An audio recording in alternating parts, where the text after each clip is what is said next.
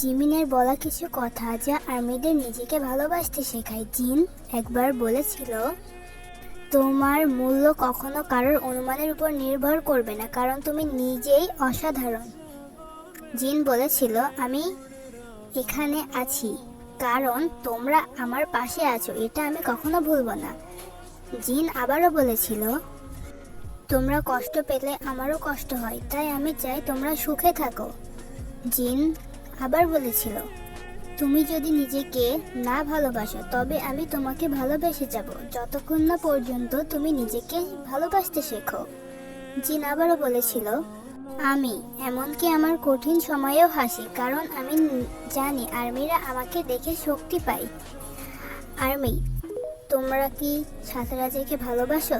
তোমরা যদি সাঁতারাজাকে ভালোবেসে থাকো তাহলে এখনই চ্যানেলটিকে সাবস্ক্রাইব করো আর লাইক করে আমাদের পাশে থাকবা।